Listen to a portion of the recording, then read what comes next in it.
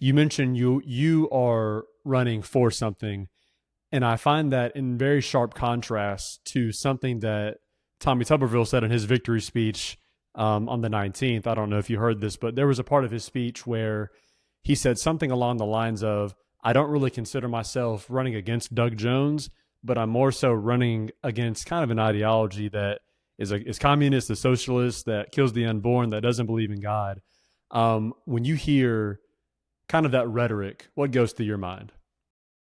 Yeah, it's completely out of touch with what I hear in all over the state, and Alabamians in no matter Democrat, Republican, Independent, Black, White, lower income, middle class, affluent, rural, suburban, urban. I mean, I hear a variation of four things. One, people want to have safe neighborhoods, and everyone should and should feel and be safe wherever they live.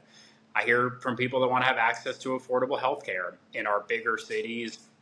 There's certainly more access to that, but a lot of the state is rural, and a lot of the state hospitals are closing or potentially could close. So people are very worried about that. Public education, people want to be able to send their child to a good local public school. They don't want to have to move somewhere else. They don't want to have to bend over backwards to try to figure out how to pay private school tuition. And then the fourth one, no matter people's income bracket, but particularly, in a state with such a high poverty rate, people that want to have more money in their pockets to be able to afford their bills. So, when I hear running against an ideology and running against all these things, I Alabamians want you to be for something, and that is for them and for what is going to actually help move them forward.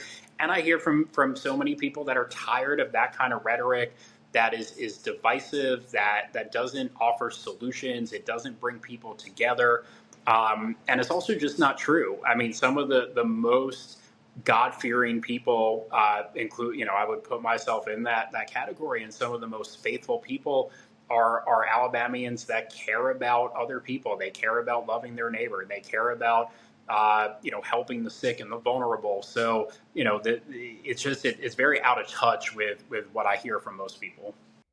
Do you think Tuberville has kind of been in Washington too long, and he's maybe looking at things on more of on a national scale and has kind of forgotten what's going on in his own state? Yeah, well, I don't even know. I mean, it's a question of what his home state and where he actually lives is even a question in itself. So I don't know where his head is. But yeah, the national debates or distractions, for lack of a better way of putting it, it's just again, it's not it's so hyper political and partisan, and that's just not where I think most Alabamians are, and there are extremes on both sides, and I'll certainly I'm not going to deny that, but yeah, the rhetoric that we've heard from him, it's very national in scope, and people I think in Alabama want to focus on issues and solutions here in our state. I want to give you a scenario. Let's say it's November and you become the next lieutenant governor of Alabama, but Tommy Tuberville becomes the governor. How would you feel if you were put in that scenario? Yeah, look, I absolutely hope that our next governor is Doug Jones, and proud to be running on what we're calling the change ticket, together. With that said, as a state representative, I've been in the super minority party, but I've worked really well across the aisle, and I have firmly stood up where I think the supermajority is wrong, and I speak out against that. I vote against that. I would do the same with Tuberville. If he were governor, I would speak up and stand up and fight back when there are things that I think are harmful for our state and for the people of Alabama.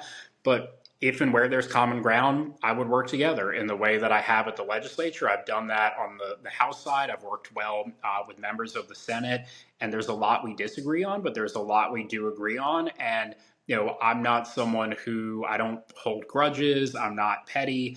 if it is about serving the people of Alabama, and if there are things that I can work with a Republican on that are going to help people in our state, I certainly will do that.